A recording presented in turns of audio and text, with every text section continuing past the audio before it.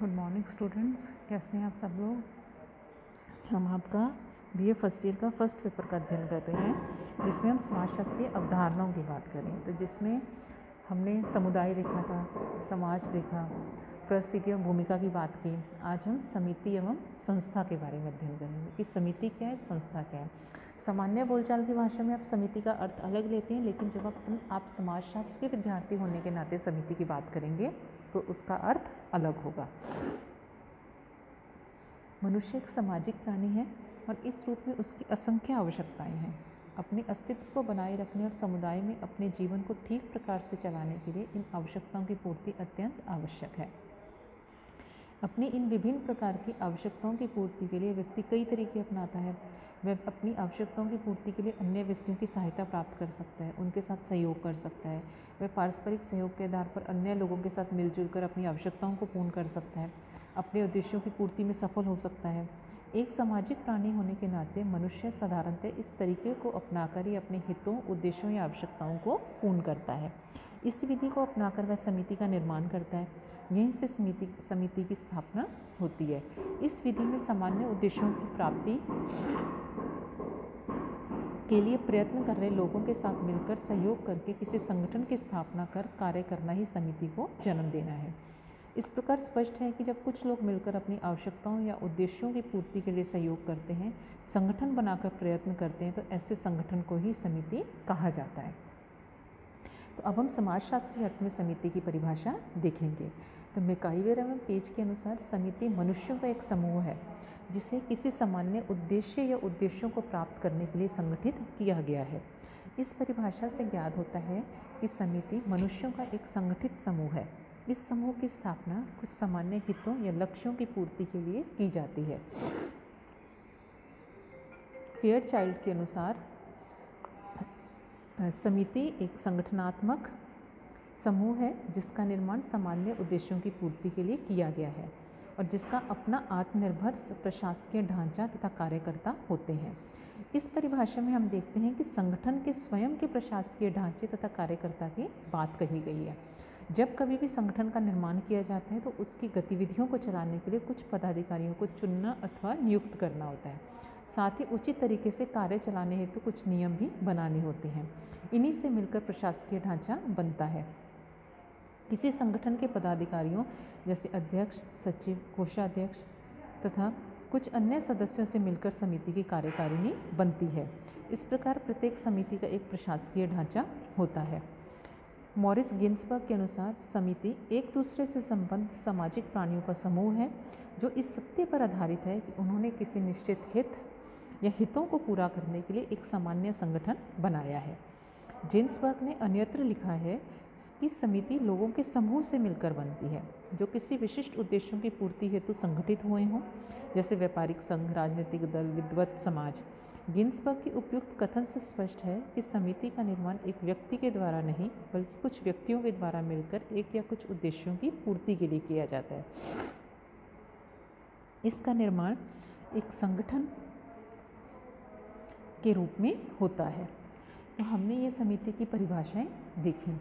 अब अपन देखते हैं कि अतः समिति को हम देखें तो समिति को हम इस रूप में परिभाषित करेंगे कि मनुष्यों के विचार पूर्वक बनाए गए एक ऐसे संगठन के रूप में हम इसे परिभाषित करेंगे जिसके एक या कुछ उद्देश्य होते हैं और साथ ही इसकी अपनी एक कार्यकारिणी भी होती है।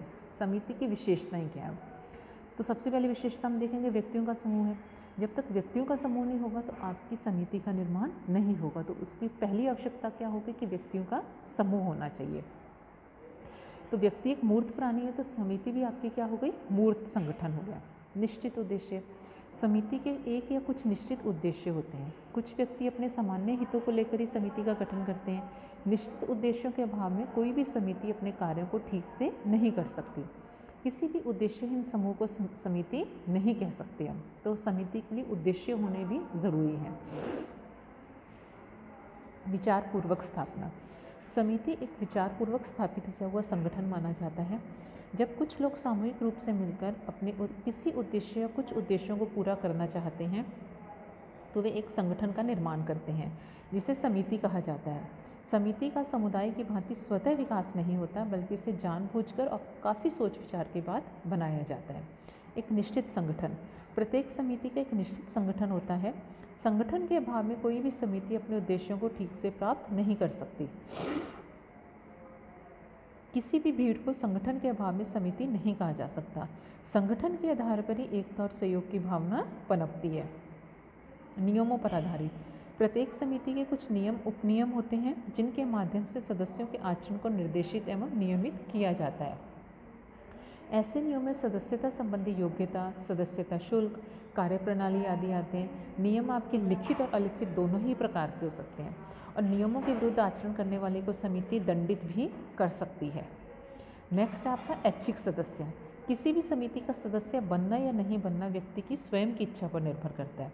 वह अपने हित या रुचि के अनुसार किसी भी समिति का सदस्य बन सकता है और जब चाहे वह तब सदस्यता से त्यागपत्र भी दे सकता है। तो समिति का सदस्य बनने के लिए व्यक्ति को बाध्य नहीं किया जा सकता। ये उसकी इच्छा पर निर्भर करता है कि वह समिति का सदस्य बने या नहीं बने। नेक्स्ट है अस्थायी प्रकृति। समिति साधारणतः कुछ उद्देश्यों की प्राप्ति के लिए विचारपूर्वक बनाई जाती है और इन उद्देश्यों के पूरा होने पर उसे समाप्त भी कर दिया जाता है। उदाहरण के रूप में जैसे शिक्षण संस्थाओं में कुछ मांगों को लेकर विद्यार्थी संघर्ष समिति का गठन करते हैं और अपना आंदोलन चलाते हैं। जब वो मांगे उनकी पूरी कर दी जाती है प्रशासन के द्वारा तो संघर्ष समिति भंग कर दी जाती है। औपचारिक संबंध। समिति के सदस्यों के बीच पाए जाने वाले संबंधों की प्रकृति औपचारिक होती है।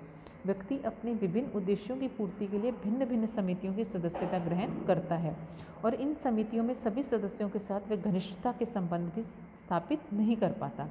इसका कारण है कि एक तो समिति उद्देश्य विशेष के लिए गठित होती है और उद्देश्य विशेष के कारण ही वह अन्य सदस्यों के संपर्क में आता है और वह भी कभी कभी। दूसरा कारण है कि समय की सीमा के कारण वह सबके साथ घनिष्ठ संबंध स्थापित भी नहीं कर पाता है। साध्य न होकर साधन। कोई भी समिति साधारणतः कुछ उद्देश्यों की पूर्ति का साधन मात्र होती है, अपने आप में साध्य नहीं। जब कोई व्यक्ति किसी क्लब का सदस्य मनोरंजन के उद्देश्य की पूर्ति के लिए बनता है तो क्लब उसके मनोरंजन का साधन है, न कि अपने आप में साध्य। समिति व्यक्ति के विभिन्न उद्देश्यों की पूर्ति का माध्यम होती है। अब हम समितियों के प्रकार देखेंगे। समिति और हित या उद्देश्य के बीच गहरा संबंध है क्योंकि हमने इसकी विशेषताओं में देखा कि व्यक्तियों का समूह निश्चित उद्देश्य के लिए ही हम समिति का गठन करते हैं।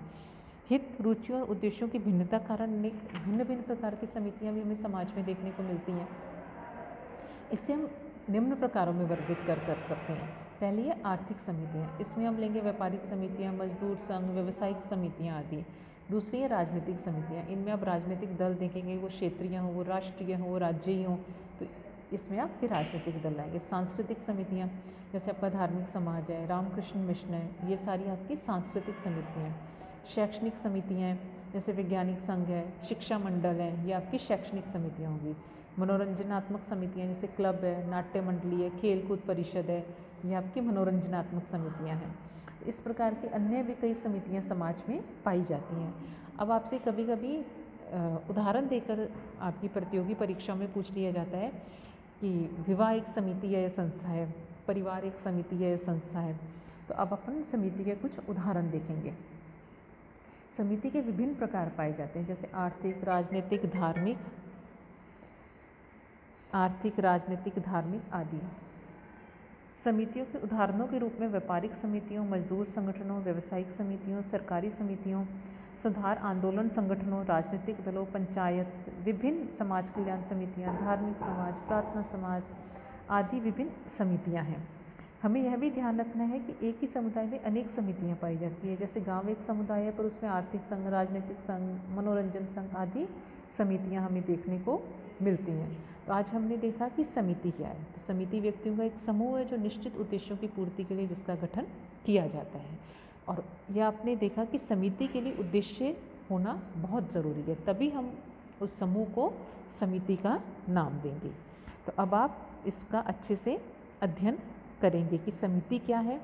समिति से रिलेटेड आप जब भी आप पढ़ाई करें तो आप थोड़ा सा प्रतियोगी परीक्षाओं को ध्यान में रखकर भी करें, क्योंकि ये जो सारी आपकी अवधारणाएं हैं ये प्रतियोगी परीक्षाओं में भी बहुत काम आती हैं। उनमें इनसे रिलेटेड बहुत सारे प्रश्न पूछे जाते हैं। तो जब आप यहीं पे तैयारी करेंगे तो आपको आगे जाकर इसकी बहुत मदद मिलेगी। तो अब आप जब समिति का अध्ययन करेंगे तो आप प्रतियोगी परीक्षाओं से ध्यान में रखते हुए इसका अध्ययन करेंगे। धन्यवाद।